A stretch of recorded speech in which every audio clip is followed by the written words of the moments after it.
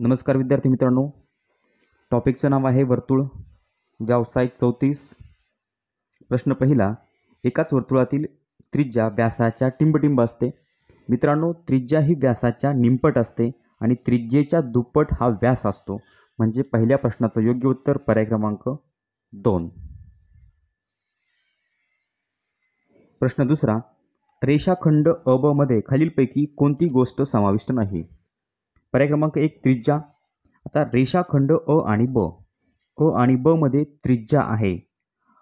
या ठिकाणी वर्तुळाचा केंद्रबिंदू आणि वर्तुळावरील कोणताही बिंदू म्हणजे ब यांना जर आपण जोडलं तर ही त्रिज्या मिळते आपल्याला, केंद्रबिंदू आणि ब. त्यानंतर वर्तुळाचा केंद्रबिंदू आणि अ या ठिकाणी सुद्धा त्रिज्या आहे, 2 त्रिज्या आहेत या वर्तुळामध्ये. त्यानंतर व्यास सुद्धा आहे, वर्तुळ केंद्रबिंदूतून जाणारी आणि वर्तुळावरील कोणतेही 2 बिंदू जोडणारी रेषा म्हणजे वर्तुळाचा व्यास. तर या ठिकाणी अ आणि ब हा वर्तुळाचा व्यास आहे. आता जीवा, या प्रश्नामध्ये जीवा सुद्धा दिलेली आहे. जीवा म्हणजे वर्तुळावरील कोणतेही 2 बिंदू जोडणारी रेषा म्हणजे वर्तुळाची जीवा. तर ब आणि अ हे 2 बिंदू जोडले म्हणजे आपल्याला जीवा मिळते. पण या ठिकाणी पर्याय क्रमांक 4 परिघ समाविष्ट नाहीये. परिघ म्हणजे वर्तुळाच्या कडेची लांबी, वर्तुळाच्या बाजूची या ठिकाणी लांबी आपल्याला दिलेली नाहीये. म्हणजे आपलं योग्य उत्तर आहे पर्याय क्रमांक 4. रेषाखंड अब मध्ये परिघ समाविष्ट नाही, म्हणजे उत्तर पर्याय क्रमांक 4. प्रश्न तिसरा, खालीलपैकी कोणत्या पर्यायात त्रिज्या नाही? मित्रांनो, वर्तुळाचा केंद्रबिंदू आणि वर्तुळावरील कोणताही बिंदू यांना जोडणारी रेषा म्हणजे वर्तुळाचा केंद्रबिंदू. हा केंद्रबिंदू आणि या ठिकाणी हा बिंदू म्हणजे पहिल्या आकृतीमध्ये त्रिज्या आहे, दुसऱ्या आकृतीमध्ये सुद्धा केंद्रबिंदू आणि वर्तुळावरचा बिंदू जोडणारी रेषा म्हणजे त्रिज्या आहे.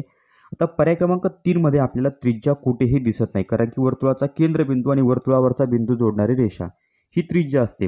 पर्याय क्रमांक 3 मध्ये दोन्ही जीवा आहेत आणि पर्याय क्रमांक 4 मध्ये 2 त्रिज्या आहेत. पण पर्याय क्रमांक 3 मध्ये त्रिज्या नाही, म्हणून तिसऱ्या प्रश्नाचं उत्तर पर्याय क्रमांक 3. प्रश्न चौथा, वर्तुळाची सर्वात मोठी जीवा कोणती? मित्रांनो, वर्तुळाची सर्वात मोठी जीवा हा वर्तुळाचा व्यास असतो. वर्तुळाच्या केंद्रबिंदूतून जाणारी आणि वर्तुळावरील कोणतेही 2 बिंदू यांना जोडणारी रेषा म्हणजे वर्तुळाचा व्यास. वर्तुळाची सर्वात मोठी जीवा ही वर्तुळाचा व्यास असतो, म्हणून चौथ्या प्रश्नाचं उत्तर पर्याय क्रमांक 4. प्रश्न 5वा, सोबतच्या आकृतीतील वर्तुळ केंद्राचे नाव काय? मित्रांनो, वर्तुळाचा हा केंद्रबिंदू त्याचं नाव आहे म, म्हणजे 5व्या प्रश्नाचं उत्तर पर्याय क्रमांक 1. वर्तुळाच्या केंद्रबिंदूचं नाव आहे म. प्रश्न 6वा, सोबतच्या वर्तुळात किती त्रिज्या दाखवले आहेत? वर्तुळाचा केंद्रबिंदू आणि वर्तुळावरील कोणताही बिंदू यांना जोडणारी रेषा वर्तुळाची त्रिज्या असते. तर या ठिकाणी त्रिज्या आता अ क ड क घ 2, क ख 3, क झ 4, क म 5 आणि क ग 6.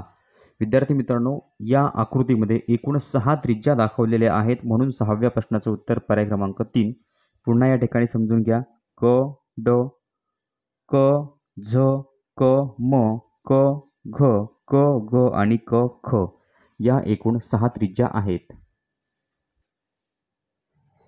प्रश्न 7वा, सोबतच्या आकृतीतील रेषाखंड य र ला काय म्हणतात? मित्रांनो, य आणि र, आता या ठिकाणी य हा एक बिंदू आणि र हा एक बिंदू. वर्तुळावरील कोणतेही 2 बिंदू जोडणारी रेषा म्हणजे वर्तुळाची जीवा.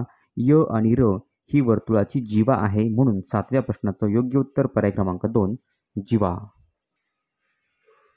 प्रश्न 8वा, सोबतच्या वर्तुळात खालीलपैकी कोणता रेषाखंड त्रिज्या होऊ शकत नाही? तर आता या ठिकाणी कोणता रेषाखंड त्रिज्या होऊ शकत नाही? पर्याय क्रमांक 1 क आणि ड. मित्रांनो, क आणि ड ही त्रिज्या आहे. क आणि ड म्हणजे वर्तुळाचा केंद्रबिंदू आणि वर्तुळावरील कोणताही बिंदू यांना जोडणारी रेषा क ड ही त्रिज्या आहे. त्यानंतर ग आणि ड हा सुद्धा एक वर्तुळावरचा बिंदू आहे आणि वर्तुळाचा केंद्रबिंदू यांना जोडणारी रेषा क ड ही सुद्धा त्रिज्या आहे. त्यानंतर ड आणि ख वर्तुळाचा केंद्रबिंदू, वर्तुळावरील कोणताही बिंदू, ख बिंदू यांना जोडणारी रेषा ही त्रिज्या आहे. आणि पर्याय क्रमांक 4 ख आणि ग. मित्रांनो, ख आणि ग ही वर्तुळाची त्रिज्या नाहीये, वर्तुळावरचे 2 बिंदू जोडणारी रेषा म्हणजे ती वर्तुळाची जीवा आहे, म्हणून 8व्या प्रश्नाचं उत्तर पर्याय क्रमांक 4 ख आणि ग ही त्रिज्या होऊ शकत नाही, तर ती जीवा आहे. प्रश्न 9 सोबतच्या आकृतीतील कोणता बिंदू वर्तुळ मध्य आहे? आता वर्तुळ मध्य किंवा वर्तुळाचा केंद्रबिंदू हा एकच असतो. वर्तुळ मध्य या ठिकाणी फ आहे, वर्तुळाचा केंद्रबिंदू सुद्धा फच आहे आणि आपलं उत्तर आहे पर्याय क्रमांक 2 फ. फ हा वर्तुळाचा मध्यबिंदू आहे किंवा वर्तुळाचा केंद्रबिंदू आहे. 9व्या प्रश्नाचं उत्तर पर्याय क्रमांक 2. प्रश्न 10 एका वर्तुळाची त्रिज्या 7 सेमी आहे, तर त्या वर्तुळाच्या सर्वात मोठ्या जिभेची लांबी किती? मित्रांनो, वर्तुळाची त्रिज्या 7 सेमी आहे आणि सर्वात मोठी जिभा म्हणजे वर्तुळाचा व्यास असतो आणि त्रिज्या ही व्यासाच्या निमपट असते, म्हणजे त्रिज्येच्या दुप्पट व्यास असतो आणि सर्वात मोठी जिभा म्हणजे व्यासच. मग दुप्पट म्हणजे 7च्या दुप्पट म्हणजे 14. सर्वात मोठी जिवा किती असेल तर 14 सेमीची असेल, म्हणजे त्रिज्येच्या दुप्पट व्यास. म्हणजे 10व्या प्रश्नाचं उत्तर पर्याय क्रमांक 1. विद्यार्थी मित्रांनो, या पद्धतीनं वर्तुळ हा टॉपिक व्यवसाय नंबर 34 इयत्ता 4 मंथन हा व्हिडिओ या ठिकाणी संपलेला आहे. चॅनलवर नवीन असाल तर चॅनल सबस्क्राईब करा. व्हिडिओ आवडला तर लाईक करा, कमेंट करून कळवा. आपल्या मित्रांना शेअर करायला विसरू नका. धन्यवाद.